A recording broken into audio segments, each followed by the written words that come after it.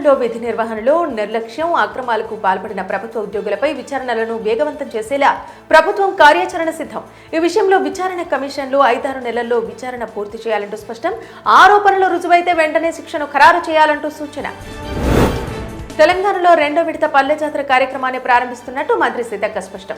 2199 కోట్ల రూపాయలతో పనులన్నింటినీ చేపట్టి వచ్చే మార్చి నాటికి పూర్తి చేసేలా కార్యాచరణ రూపొందించామంటూ వెల్లడి.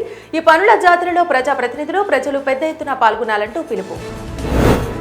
ఏపీలో కుప్పం, పొట్టి శ్రీరాములు, నెల్లూరు జిల్లాలో గ్రీన్ఫీల్డ్ విమానాశ్రయాల ఏర్పాటుకు ఆమోదం తెలిపిన మంత్రిమండలి.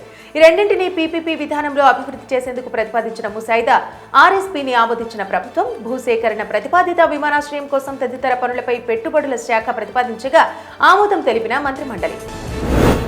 పార్టీ ఎమ్మెల్యేలు కొందరు వివాదాస్పద ప్రవర్తన వల్ల ప్రభుత్వానికి చెడ్డ పేరు వస్తుందంటూ ఏపీ సీఎం చంద్రబాబు అసహనం వ్యక్తం. వారు పద్ధతి మార్చుకోకపోతే చర్యలు తప్పవంటూ హెచ్చరిక.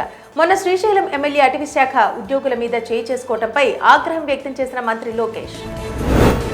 మద్యం కుంభకోణంలో ప్రధాన నిందితుడైన రాజకేశ్ రెడ్డిపై ఆస్తుల జప్తునకు న్యాయస్థానంలో పిటిషన్ వేసేందుకు సిట్ అధికారులకు అనుమతిచ్చిన రాష్ట్ర ప్రభుత్వం. హోంశాఖ ముఖ్య కార్యదర్శి కుమార్ విశ్వజిత్ ఈ మేరకు ఉత్తర్వులు జారీ చేసినట్టు సమాచారం. మద్యం కుంభకోణంలో సంపాదించిన సొత్తుతో రాజకేశ్ రెడ్డి భూములన్నింటినీ నగదు రూపంలోనే కొన్నట్టు తేల్చి చెప్పిన సిట్ బృందం.